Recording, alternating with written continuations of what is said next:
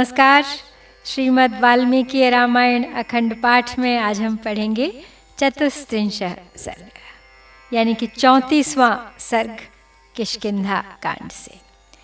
और आज इस सर्ग में है सुग्रीव का लक्ष्मण के पास जाना और लक्ष्मण का उन्हें फटकारना। तो चलिए प्रारंभ करते हैं आज का पाठ। तम प्रतिहतं क्रुद्धं प्रविष्टं पुरुषर्षभं सुग्रीवो लक्ष्मणं दृष्ट्वा बभूव व्यथितेन्द्रियः क्रुद्धं निःश्वसमानं तं प्रदीप्तमिव तेजसा भ्रातुर्व्यसनसन्तप्तं दृष्ट्वा दशरथात्मजम् उत्पपात हरिश्रेष्ठो हित्वा सौवर्णमासनं महान् महेन्द्रस्य यथा स्वलङ्कृत इव ध्वजः उत्पतन्तमनुत्पेतु रूमा प्रभृतयः स्त्रियः सुग्रीवं गगने पूर्णं चन्द्रं तारागणा इव संरक्तनयनः श्रीमान् सञ्चचार कृताञ्जलिः बभूवावस्थितस्तत्र कल्पवृक्षो महानिव। तो लक्ष्मण तो सुग्रीव के कक्ष में बेरोक टोक भीतर घुस ही आए थे। उन पुरुष शिरोमणि को क्रोध से भरा देख सुग्रीव की सारी इंद्रियां व्यथित हो उठी। दशरथ पुत्र लक्ष्मण रोष पूर्वक लंबी सांस खींच रहे थे और तेज से प्रज्वलित से जान पड़ते थे।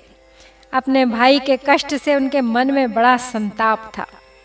उन्हें सामने आया देख वानर श्रेष्ठ सुग्रीव सुवर्ण का सिंहासन छोड़कर कूद पड़े, मानो देवराज इंद्र का भली भांति सजाया हुआ महान ध्वज आकाश से पृथ्वी पर उतर आया हो। तो सुग्रीव के उतरते ही रूमा आदि स्त्रियां भी उनके पीछे उस सिंहासन से उतरकर खड़ी हो गईं, जैसे आकाश में पूर्ण चंद्रमा का उदय होने पर तारों के समुदाय भी उदित हो गए हों। श्रीमान सुग्रीव के नेत्र मद से लाल हो रहे थे। वे टहलते हुए लक्ष्मण के पास आए और हाथ जोड़कर खड़े हो गए। लक्ष्मण वहां महान कल्प वृक्ष के समान स्थित थे। रूमा द्वितीयं सुग्रीवं नारी मध्य गतं स्थितम् अब्रवी लक्ष्मणः क्रुद्धः सतारं शशिनं यथा सत्त्वाभिजन संपन्नः सानुक्रोशो जितेन्द्रियः कृतज्ञः सत्यवादी च राजा लोके महीयते यस्तु राजा स्थितो धर्मे मित्राणामुपकारिणां मिथ्या प्रतिज्ञां कुरुते को नृशंसतरस्ततः शतमश्वानृते हन्ते सहस्रं तु गवानृते आत्मानं स्वजनं हन्ति पुरुषः पुरुषानृते पूर्वं कृतार्थो मित्राणां न तत्प्रतिकरोति यः कृतघ्नः सर्वभूतानां सवध्यः प्लवगेश्वर। तो सुग्रीव के साथ उनकी पत्नी रूमा भी थी।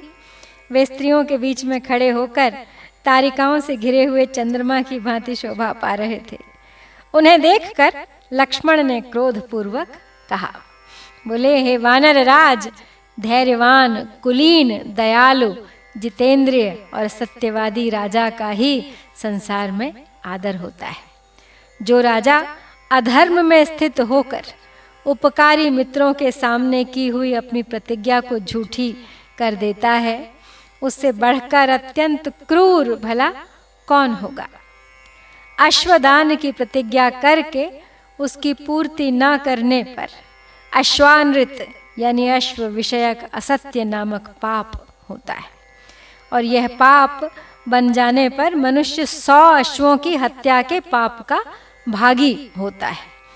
इसी प्रकार गोदान विषयक प्रतिज्ञा को मिथ्या कर देने पर सहस्र गौओं के वध का पाप लगता है, तथा किसी पुरुष के समक्ष उसका कार्य पूर्ण कर देने की प्रतिज्ञा करके जो उसकी पूर्ति नहीं करता है, वह पुरुष आत्मघात और स्वजन वध के पाप का भागी होता है। फिर जो परम पुरुष श्री राम के समक्ष की गई प्रतिज्ञा को मिथ्या करता है, उसके पाप की तो कोई इयत्ता ही नहीं हो सकती। हे वानर राज, जो पहले मित्रों के द्वारा अपना कार्य सिद्ध करके बदले में उन मित्रों का कोई उपकार नहीं करता, वह कृतघ्न है और सब प्राणियों के लिए वध्य है।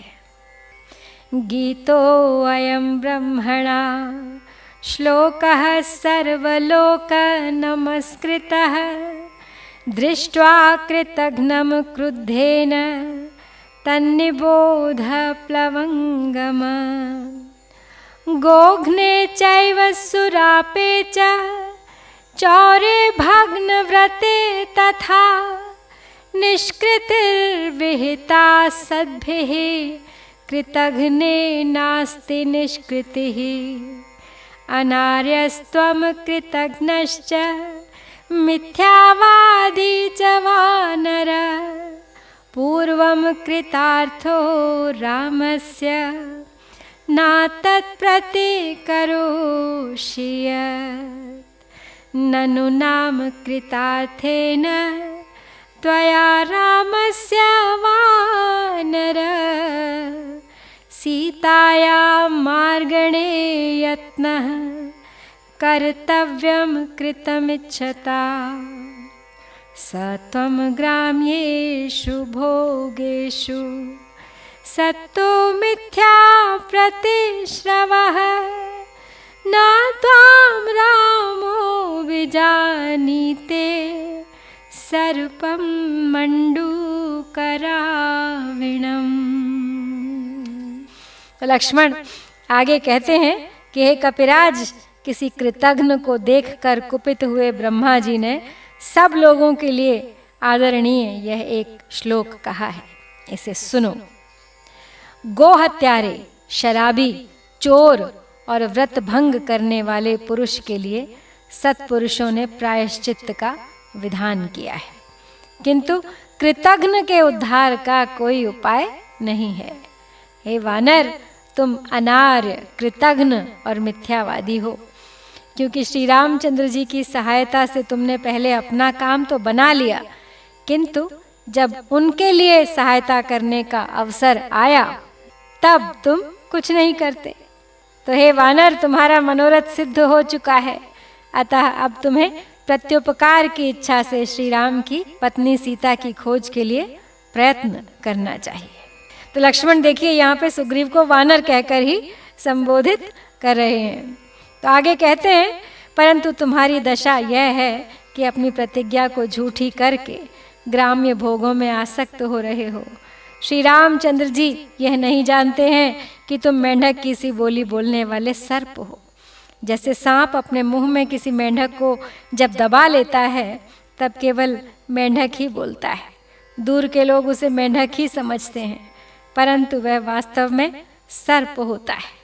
वही दशा तुम्हारी है। तुम्हारी बातें कुछ और हैं और स्वरूप कुछ और। महाभागेन रामेण पापः करुण वेदिना हरिणाम प्रापितो राज्यं त्वं दुरात्मा महात्मना कृतं चेन्नाति जानीषे राघवस्य महात्मनः सद्यस्त्वं निशितैर्बाणैर्हतो द्रक्ष्यसि वालिनं न स संकुचितः पंथायेन वाली हतो गतः समये तिष्ठ सुग्रीव मा वाले पथमन्वगाः नानूनमिक्ष्वाकुवरस्य कार्मुकाच्छरांश्च तान् पश्यसि वज्रसन्निभान् ततः सुखं नाम विषेवसे सुखी न रामकार्यं मनसाप्यवेक्षसे। तो आगे कहते हैं लक्ष्मण की महाभाग श्री रामचंद्र जी परम महात्मा तथा दया से द्रवित हो जाने वाले हैं। अतएव उन्होंने तुम जैसे पापी और दुरात्मा को भी वानरों के राज्य पर बिठा दिया। यदि तुम महात्मा रघुनाथ जी के किए हुए उपकार को नहीं समझोगे तो शीघ्र ही उनके तीखे बाणों से मारे जाकर वाली का दर्शन करोगे। तो सुग्रीव, वाली मारा जाकर जिस रास्ते से गया है वह आज भी बंद नहीं हुआ है, इसलिए तुम अपनी प्रतिज्ञा पर डटे रहो, वाली के मार्ग का अनुसरण मत करो।